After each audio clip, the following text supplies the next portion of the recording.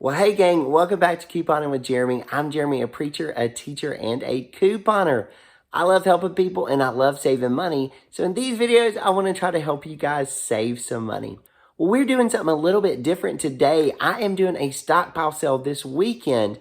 I decided it's Martin Luther King Jr. weekend and my stockpile has grown and grown and grown. And even though I have regular customers that come and grab stuff, I got way too much. Basically, y'all, I got way too much stuff in my stockpile room, and so I decided to do a sale and get some of this stuff out of here.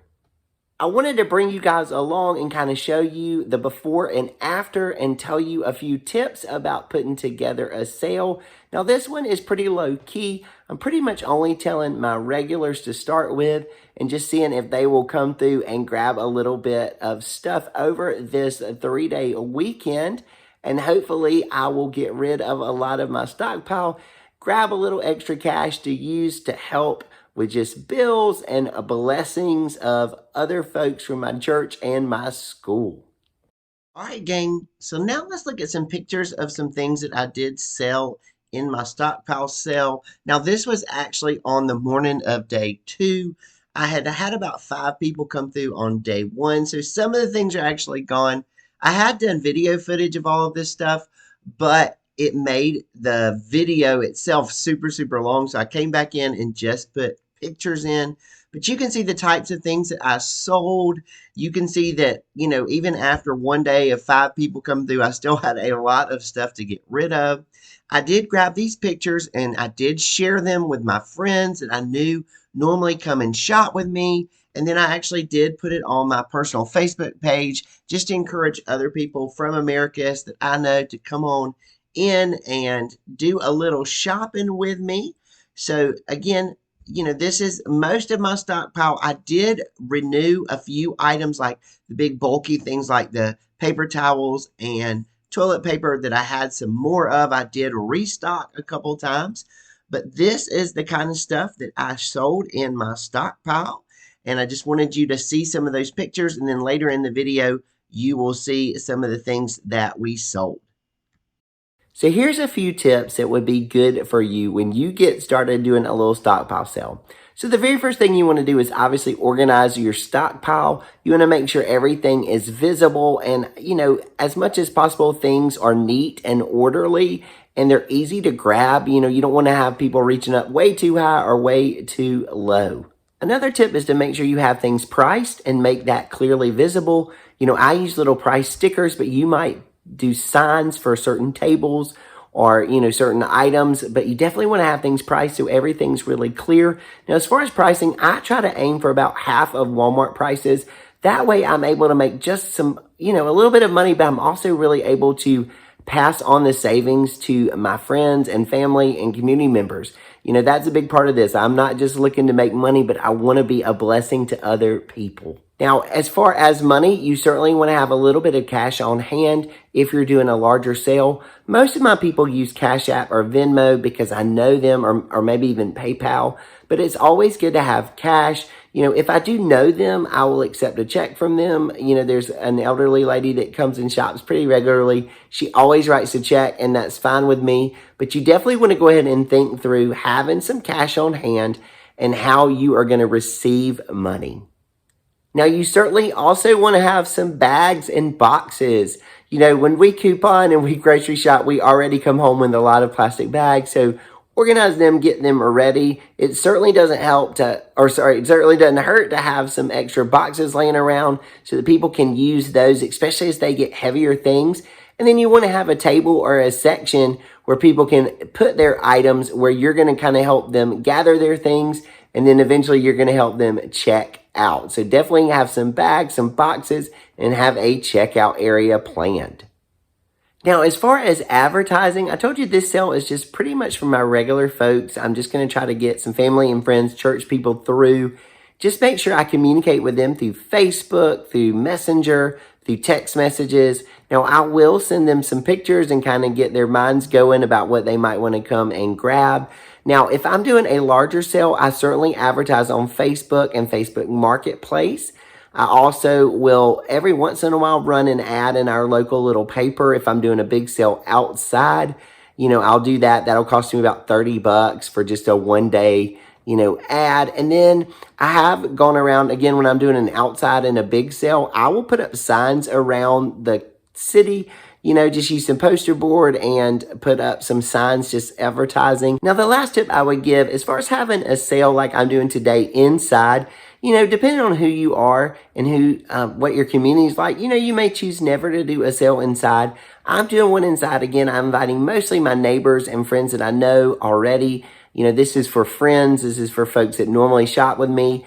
But, if you do an inside sale, you certainly want to think through shutting bedroom doors, cleaning up, making sure everything looks nice and smells good. Make sure there's still a flow of traffic in tighter spaces and that at least 1 or 2 people could get into a room easily. But I know an inside sale is not for everybody. And again, it's not my preference, but it's cold outside and my stockpile is just getting so big that I wanted to go ahead and get one in. All right, gang, the Stockpile Martin Luther King Jr. holiday weekend has ended, and I wanted you to see that things have disappeared. Now, not everything is gone, but we still did really well. If you remember how we started, we did sell some things. I know we've still got a pretty good amount of stockpile here, but in about 7 hours over 3 days, we were able to get rid of a pretty good amount of inventory. We were able to get rid of some food. If you look, all of our paper products, as far as paper towels and toilet paper, are gone. We definitely cleared out some body wash, okay, and some soap. We did make a dent in our hair tower, okay. Even some hair color is gone, y'all. Did you notice that? Bye, Felicia. Okay, all of our little travel stuff, most of that is gone now. Did pretty good. Definitely sold some women's razors. Just a few men's razors went gone, but that's okay. Definitely got rid of some deodorants and a few medicines, and definitely got rid of some lotions. Just had a few sales from this little tower. And not a lot, but a little bit. And then definitely cleared out. Sorry, that was bad camera angles right there. Definitely got rid of some of the poise pads. And liners and Ibotta supplies. So we are pretty pleased at how everything went for just a 3-day, 7-hour sale. All right, gang, so let's get into our sales breakdown. So we did $627 in cash, $99.25 in checks, $281.50 with Cash App. Just one person used PayPal, but got $47 from them. And Venmo, $185 for a total of $1,239.75. Y'all, I am so pumped that I decided to do this little stockpile reduction MLK weekend sale because I am $1,200 richer. Just kidding. I'm going to pass those blessings on to the government in the form of taxes, to my church in the form of tithes and offerings. And I feel like I did pass savings on to my community already. I definitely discounted stuff even further today when I was, just giving some things to folks. But I am super pumped at how this stockpile sale turned out.